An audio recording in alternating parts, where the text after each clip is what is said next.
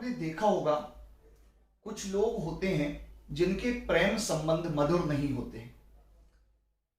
लगातार अपने प्रेमी से उनका झगड़ा होता रहता है। ऐसे जातक संकालु प्रवृत्ति के भी होते हैं, चाहे वह अपनी प्रेमिका से हो या अपने जीवन साथी से हो या फिर अपने पारिवारिक लोगों से हो। उनका प्रेम संबंध जो है अच्छा नहीं होता है और वह लगातार अपने परिवार से, अपने जीवन साथी से या अपने प्रेमी से दूर होते रहते हैं।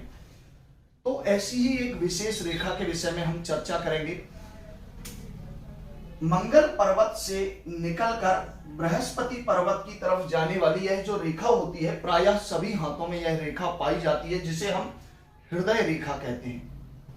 यदि इस हृदय रेखा को बृहस्पति पर्वत से निकलने वाली कोई रेखा काट रही हो, जी हां,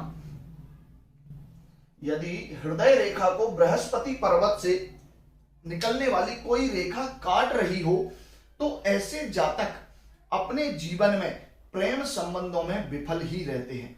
उन्हें प्रेम संबंध में सफलता प्राप्त नहीं होती है। इसका सबसे बड़ा कारण होता है उनकी संकालु प्रवृत्ति, बात बात में अधिक बोलने की प्रवृत्ति। और कई बार देखा गया है कि ऐसे जातक अपने आप को सर्वोत्तम साबित करना चाहते हैं।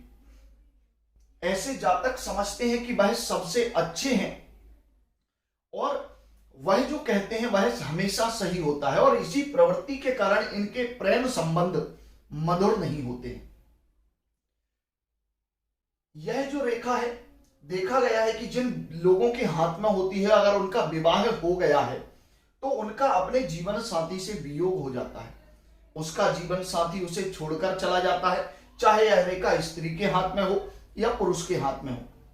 यदि इस तरह की रेखा जो है हृदय रेखा को काट रही हो, तो ऐसे जातक का प्रेम संबंध स्थिर नहीं होता है।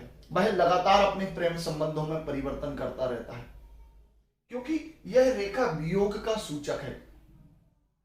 अगर इस प्रकार की रेखा आपको देखने को मिले तो आप कह सकते हैं कि इसका प्रेम संबंध मधुर नहीं होगा, स्थिर नहीं होगा, और यह व्यक्ति किसी के भी साथ बहुत लंबे समय तक किसी भी प्रकार के बंधन में या प्रेम संबंध में बंधकर नहीं रह सकता है। यह रेखा जातक के दांपत्य सुख को भी बुरे तरीके से प्रभावित करती है।